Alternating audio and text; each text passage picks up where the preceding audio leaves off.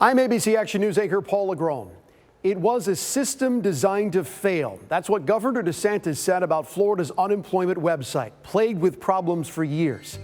As thousands struggle to file for benefits and help paying their bills, we're uncovering new details about the company behind the broken system, the campaign cash its political action committee gave to local politicians, and how its related firms secured millions of dollars in contracts funded by your tax dollars, even as the state's top leaders questioned its work. We were told that we were going to be let go. We were going to get our unemployment. No problem. Literally for a month, I tried calling them nonstop through the day and never got a hold of anybody. They both lost their jobs during the height of the pandemic shutdown. And then finally get through and they tell us they can't even log into their own system. I actually, same thing, went on the computer, kept getting knocked off. And after weeks of trying to file for unemployment, So it's just, I don't have any answers anymore. I don't know what to do. Ricky Carls and Kelly Foss both gave up. I'm so mad that I'm not even the same person that I was 2 months ago. You know, I'm not even the same person I was. I never, ever thought life is hard enough, you know, for regular people to get by. You know, never in my life did I think that this would happen.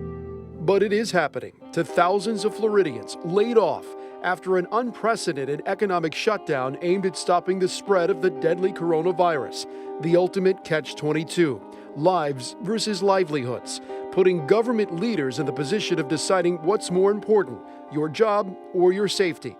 But as more is revealed about the state's unemployment system, it's the decisions made years before the outbreak that are now being questioned. What do you think is really going on here? The system was designed to not pay benefits to people. Labor attorney Ryan Barak says after the Great Recession decimated jobs in Florida, former Governor Rick Scott and Florida lawmakers created an unemployment system that cut benefits and imposed new requirements on people seeking to collect. The same law set the state's unemployment check at $275 a week, one of the lowest in the nation, and set the stage for a website with a well-documented history of failures. Why do you think the system was set up to be that way? It does a couple things. One, it made it so that the economy appeared to look better than it actually was, which helped Rick Scott's political fortune. The company hired to build that system in 2013, Deloitte. Considered one of the world's largest accounting firms, the client list for Deloitte and its related firms spans the globe and includes several state governments, including Florida, which paid Deloitte $77 million to build the website known as Connect, the gateway to Florida's unemployment system, at a site Governor Ron DeSantis has said was designed to fail. We had a system that was a disaster. But in the very same press conference, the governor also blamed the unemployed for filling out their applications incorrectly. I can tell you that DEO goes through this, and 9 times out of 10, the application's incomplete. But in January, just months before record unemployment, we found the political committee supporting the governor, Friends of Ron DeSantis, accepted $3,000 from a Deloitte firm.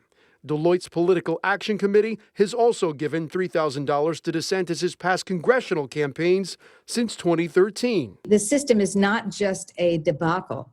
The system is an epic fail. Beginning in 2015, annual state audits found dozens of glitches in the Connect system that Deloitte designed, including technical errors and system defects, all of it contributing to a backlog of claims. Even before the audits, the Department of Economic Opportunity started fining Deloitte $15,000 a day in 2013 because of problems. Deloitte says it fixed the problems and completed its work 5 years ago. We asked whether DEO dismissed those fines or made Deloitte pay. We're still waiting to hear back. My staff of 3 works 8 and 10 hours every day talking to people who are on the verge of suicide, who don't have money. State Senator Janet Cruz says her office is now being flooded with emails and calls from Florida's unemployed. Deloitte owes us a refund, and someone needs to sue them. But here's the shocker. The state of Florida was actively suing Deloitte for a completely different issue when it hired the company's consulting arm to build its unemployment website. They understood the risks. everyone had to understand the risks that were involved in this $77 million project, yet they did it anyway. In this 2010 lawsuit, the state accused Deloitte of malpractice for failing to perform its auditing obligations of insurance companies that folded after a string of hurricanes.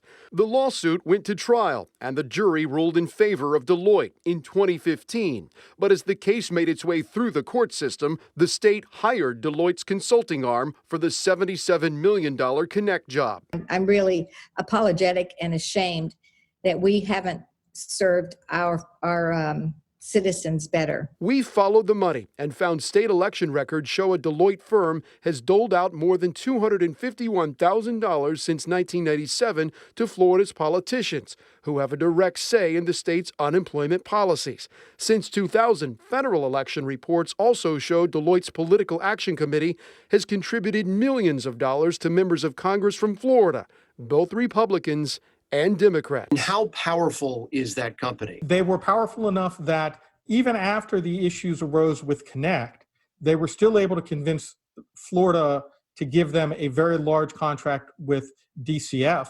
That's right. Even after being sued by the state and fined by the state, the consulting arm of Deloitte was hired by Florida, landing a $16 million contract with DCF for a different project in 2016. But not everyone in Tallahassee was turning a blind eye to the state's unemployment problems. Former State Representative Dan Rollerson here in Plant City was urging state lawmakers to fix Connect years ago. He says his concerns were mostly ignored. This has turned into a nightmare. Rollerson, a Republican, sat on the auditing committee and says year after year, the same problems with the state's unemployment website kept coming up. Do you think that this system was designed to fail? Well, let's put it this way. If someone designed it to fail, they need to go to jail. It's as simple as that. In April, a class action lawsuit was filed in Florida against Deloitte Consulting and DEO, alleging negligence surrounding the state's failing unemployment website.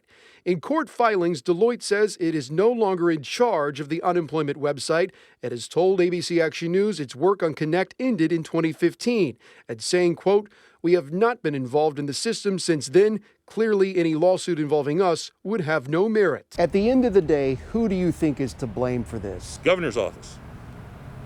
Simple as that. The DEO is under the purview of the governor's office. They are the ones that receive the reports. They're ultimately the ones that are responsible for this, and they need to get it fixed. What do you want to say to the governor? I want to say, help us. You know, I work in your town. I work in downtown Dunedin. That's your town. I'm your person. I'm one of your people. You know, that's where I work every day. I take care of your community. Take care of us. You know? On May 4th, Governor DeSantis ordered an investigation into the Connect website. Florida's unemployment office tells us they're now making daily improvements to that system, and claims are being processed faster. Paul Legrone, ABC Action News.